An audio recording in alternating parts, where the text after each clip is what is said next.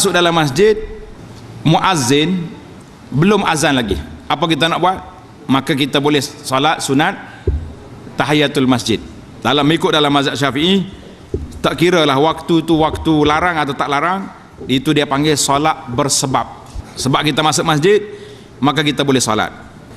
Timbul lagi soalan, kita masuk masjid, muazzin tengah azan, Allahu Akbar, Allahu Akbar. Kita nak salat tahiyatul masjid ke kita kena berdiri tunggu sampai sudah azan? Maka di sini timbul perbincangan para ulama. Mereka mengatakan baqa'ud dakhil ilal masjid qa'iman asna al azan. Siapa dia masuk, muazzin sedang azan, hendaklah dia tunggu, jangan duduk, berdiri kat situ sambil jawab azan, Allahu Akbar, Allahu Akbar. Kita pun Allahu Akbar.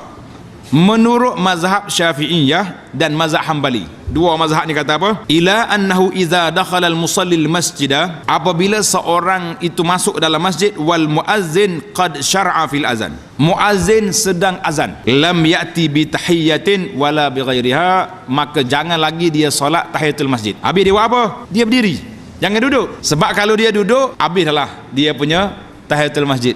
Diri sambil-sambil jawab, kecuali orang uzur. Orang uzur dimaafkan, dia duduk sebab dia solat tahiyah pun sambil duduk, dah itu dimaafkan. Orang sakit lutut, orang tua tak larat nak berdiri, duduk. Bagi orang yang sihat wal afiat, apa dia buat? Lam ya'ti bi tahiyyatin wala bi ghairiha, dia tak boleh solat dan juga tak ada buat apa-apa. Apa yang dia buat?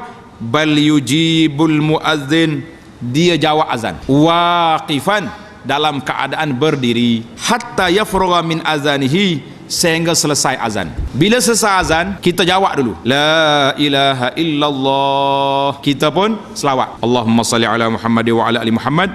Kemudian kita berdoa Allahumma rabb hadhihi da'wati tammah sampai ke akhir.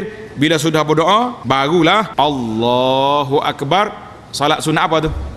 Salat sunat qabliyah.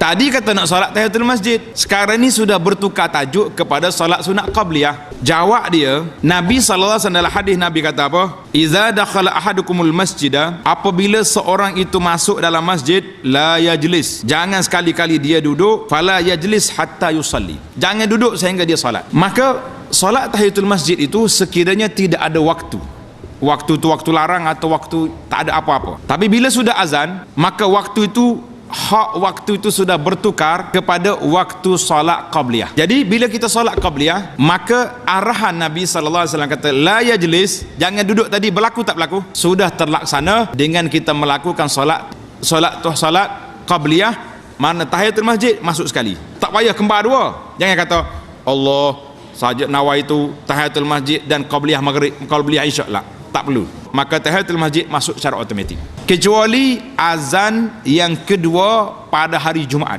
Contohnya kita masuk hari Jumaat, muazzin sedang azan Allahu Akbar, Allahu Akbar.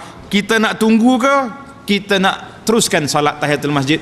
Jawab dia kena solat terus, sebab lepas pada azan ada khutbah. Maka mendengar khutbah itu menjadi suatu kewajipan bagi orang hari Jumaat. Jadi azan itu sunat, maka kita teruskan.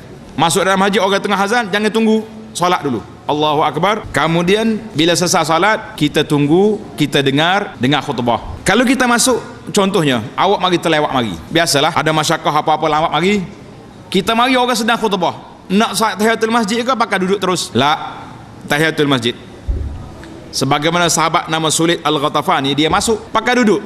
Nabi kata kum, Nabi kata bangun, solat dulu baru duduk. Solat ringkas 2 rakaat, mana jangan dipanjang-panjang bacaan. Dan waktu orang khutbah, ada setengah orang ni tunjuk warak, orang duduk khutbah dia duduk berzikir, pegang tasbih besar, duduk berzikir ngak sini. Lah, bila orang khutbah, semua aktiviti berhentikan, stop, dengar khutbah, dengar nasihat yang disampaikan oleh para khatib.